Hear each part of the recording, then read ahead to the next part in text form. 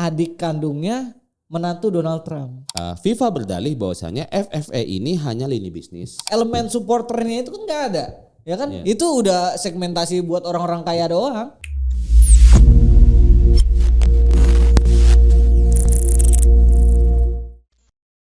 Ya, selamat datang di aksi reaksi dan juga ruang pandit di YouTube Pandit Football. Let's go. Ini pertandingan apa sih ini? Timur Leste lawan Timor Leste Indonesia. Indonesia ya, Timor Leste Indonesia ya. Sebenarnya kayak ini pertandingan kalau misalkan lu merem ya, harusnya menang. Udah tinggal tidur menang ya? Harusnya. Cuman ya sepak bola nggak ada yang bisa diprediksi sih. Betul. Gitu. Ya, sebelum kita langsung berlanjut ke pembahasan antara Timor Leste dan juga Timnas Indonesia yang akan berlaga pada sore hari ini, kita bakal memulai dulu nih. Yap. Isu-isu yang lagi beredar, yang lagi Kenalan dulu, panas. Tapi kita lupa juga kenalannya belum.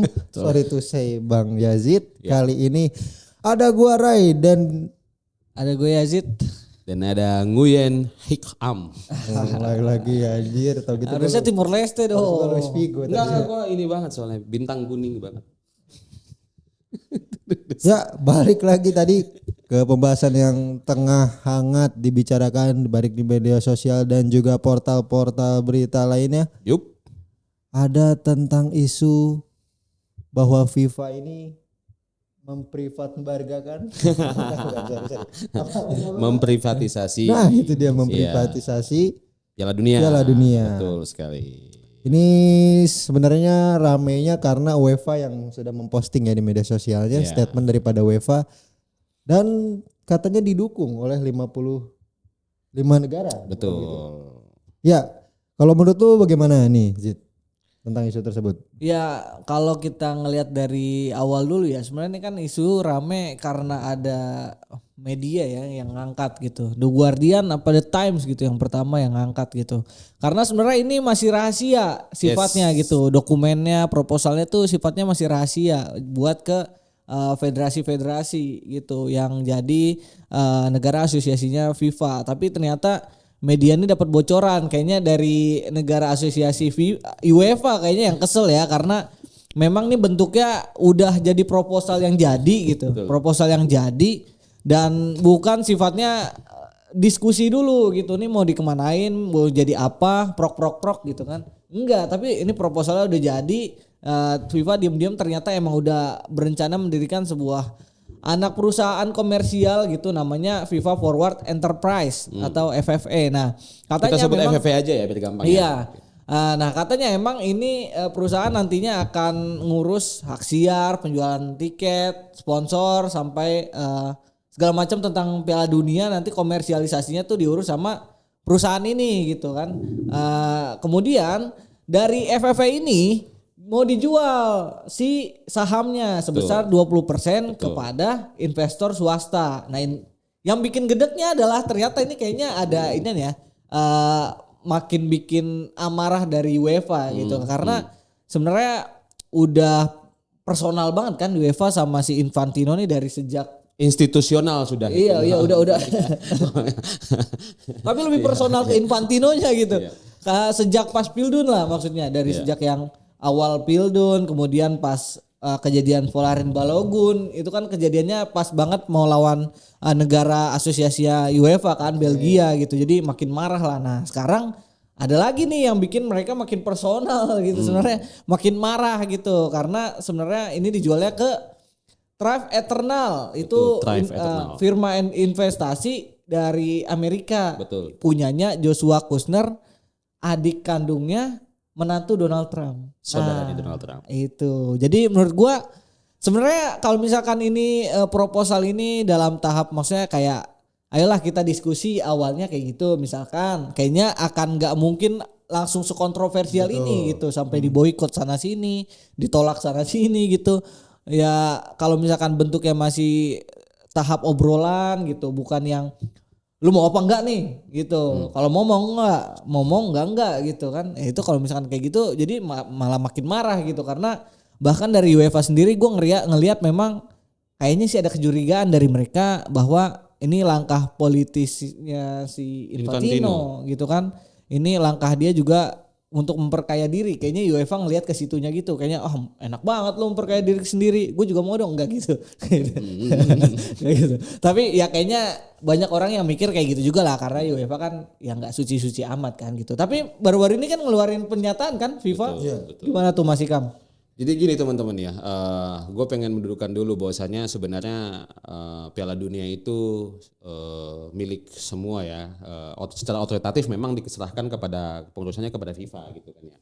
Dan Piala Dunia ini milik 200, FIFA itu punya anggota sekitar 211 anggota gitu kan ya, 211 anggota.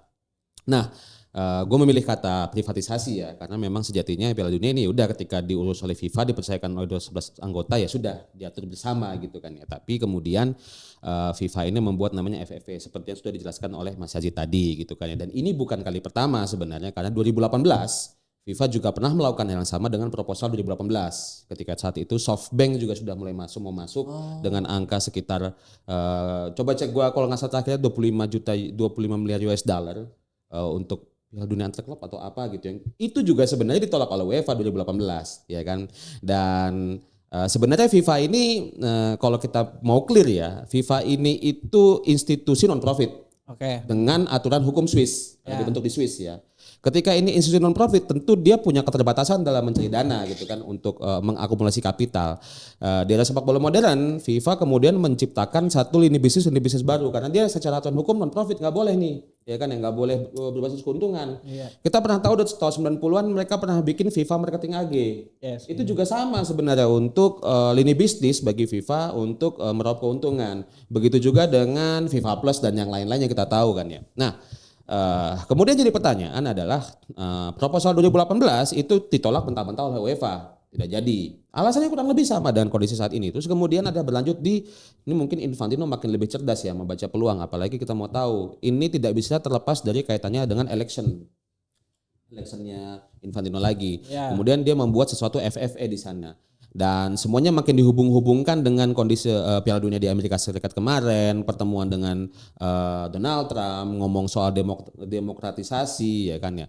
Dan kemudian dibuatlah FFA yang kalau FIFA, tadi pertanyaan oleh Mas Yazid adalah FIFA berdalih bahwasanya FFA ini hanya lini bisnis, lembaga profitnya yang hanya akan hak siar segala macam. Tapi FIFA tetap secara klaim FIFA ya, terbaru ya, secara aturan dan segala macam, terus kemudian kompetisi itu tetap di FIFA. Jadi dipisahkan dulu nih, FFA ngurusin urusan komersilnya, urusan aturan regulasi tetap di FIFA gitu kan ya. Di sini kemudian yang menjadi problem, ironinya adalah gini. Apa ya, ketika investasi senilai miliaran dolar itu kemudian tidak ada politik biasnya, apakah tidak ada power of abuse-nya sebagai sponsor. Contoh saja FIFA kemarin ketika kasus Volarin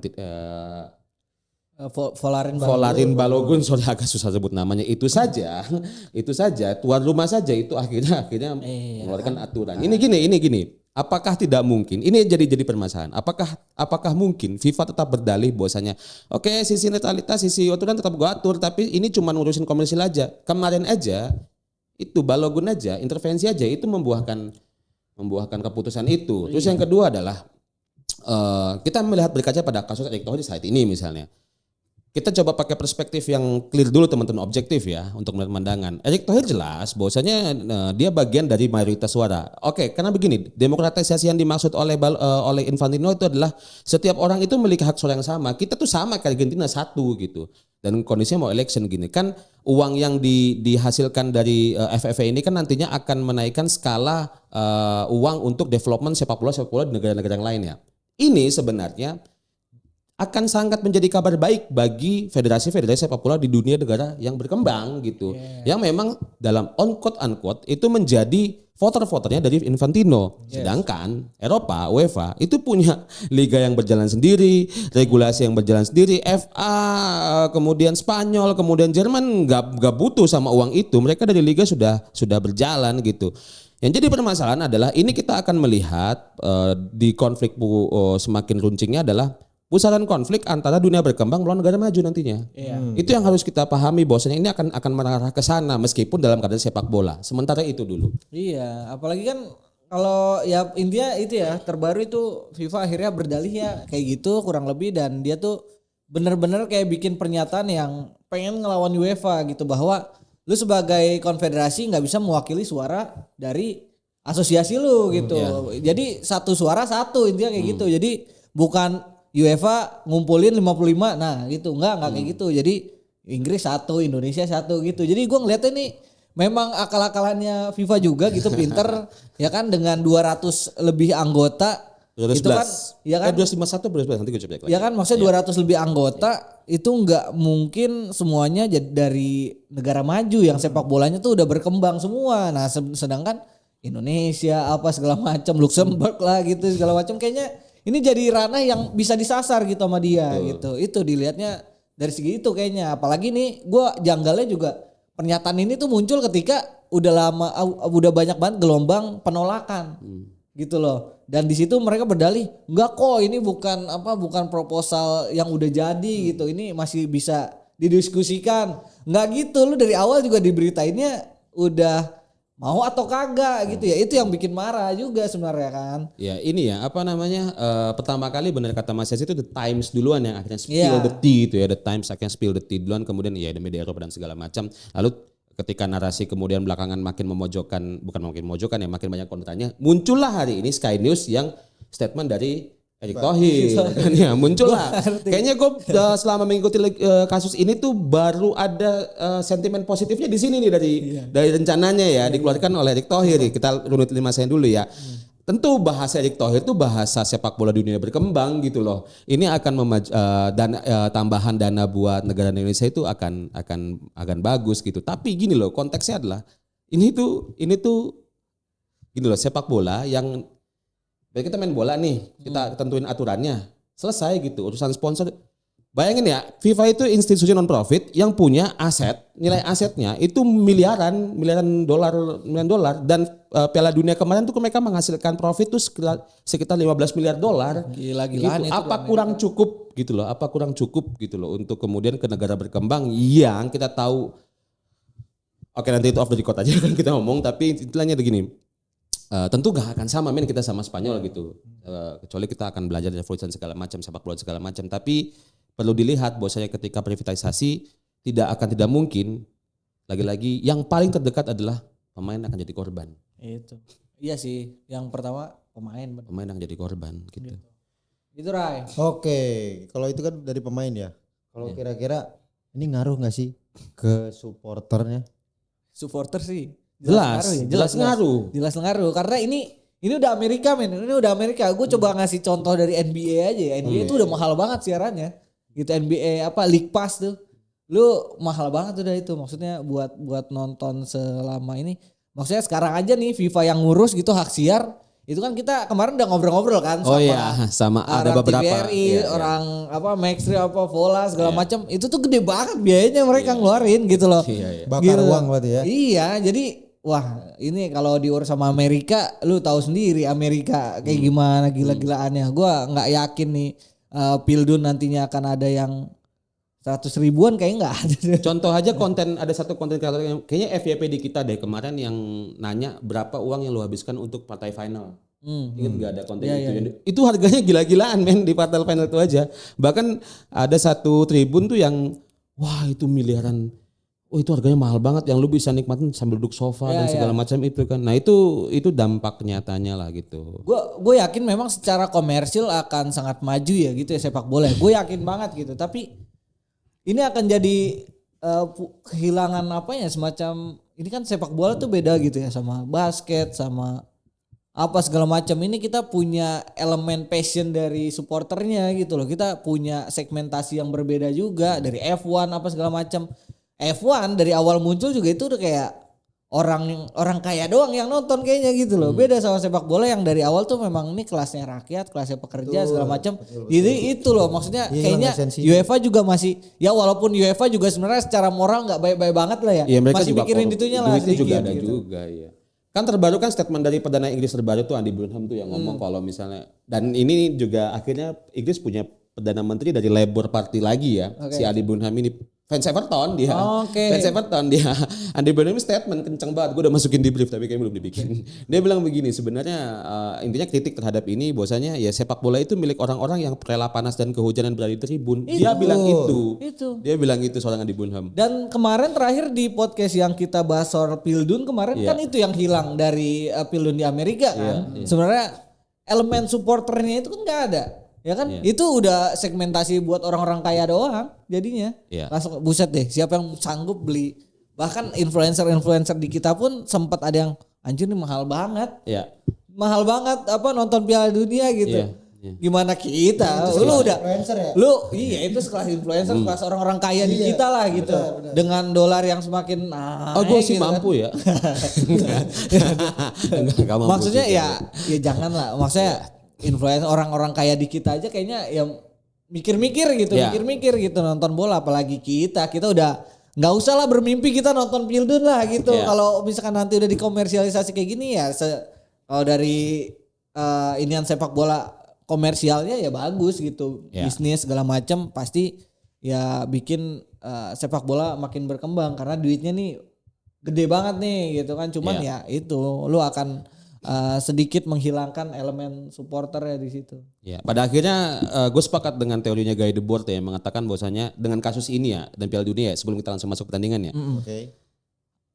Sepak bola itu udah lagi bukan sekedar pertandingan ya, dia itu ini membuat masyarakat tuh lebih suka mengkonsumsi citra ketimbang realitas yang terjadi di lapangan. Itu dia teori itu kan, Guy Debord ngomong kayak gitu kan. Jadi yang kita lihat tuh bukan lagi 0-1, itu sudah tidak lagi seru gitu. Kayak Piala Dunia kita nggak ngelihat lagi ada 2-0 atau 6-4 atau 3-0 atau 1-0, tapi cerita apa lagi? Messi kenapa? Ronaldo kenapa gitu? Itu yang memang secara sepak bola modern dan akumulasi kapital lebih untuk keuntungan sektor privat ya, membuat itu menjadi suatu hiburan yang terindustrialisasi dan that's its modern football. Itu dia. Makanya kan banyak ya kick out modern football. Nanti kita bahas itu lain kali. Tapi itu mungkin lain waktu lah ya. Terakhir mungkin yang soal PSSI mau lu tanyain kan? Tapi udah sikap kita dan sikap PSSI. Nah itu kira-kira siapa yang harus kita bela nih Mas Ikam? Satu gini ya. Tentu itu statement yang gini, gue pakai aturan main aja deh gitu. Oke, kalau tidak ada salah rektor yang mengatakan seperti itu karena itu cerminan dari sepak bola dunia ketiga ya kan ya. Tapi adalah apakah statement itu sudah melalui lagi-lagi sudah melalui diskusi di forum. Mana ada sih kita BBM-nya udah ketok palu ya tiba-tiba. Mana ada kebijakan publik yang berasal dari diskusi-diskusi ruang publik itu nggak ada. Ini ketok palu. Ketika sebuah proposal tidak melalui diskusi dan kemudian opini dukungan tidak melalui diskusi ya sudah berarti kan ada mal fungsi organisasi di situ ya. Itu makanya kan. Gitu. Cuman ya kalau dari situasi ini kita nikmati aja lah.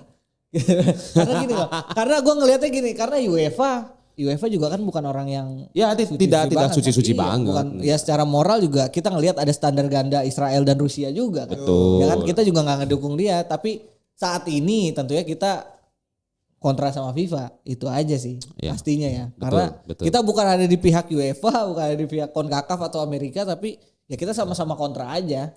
Itu bukan ada di pihak UEFA karena UEFA juga ya sama-sama aja kan, mereka juga orang-orang pasti berpikir kayak gitu kan, bahwa ya elah lu nggak usah ngomong-ngomong moral lah gitu. UEFA apaan sih lu gitu, kalau macam sepak bola ini Rusia sama Israel ya lu perlu akuin beda. Cuman ya itu saat ini ada benernya sedikit, dan UEFA juga kan waktu lawan Super League kan gila-gilaan ya.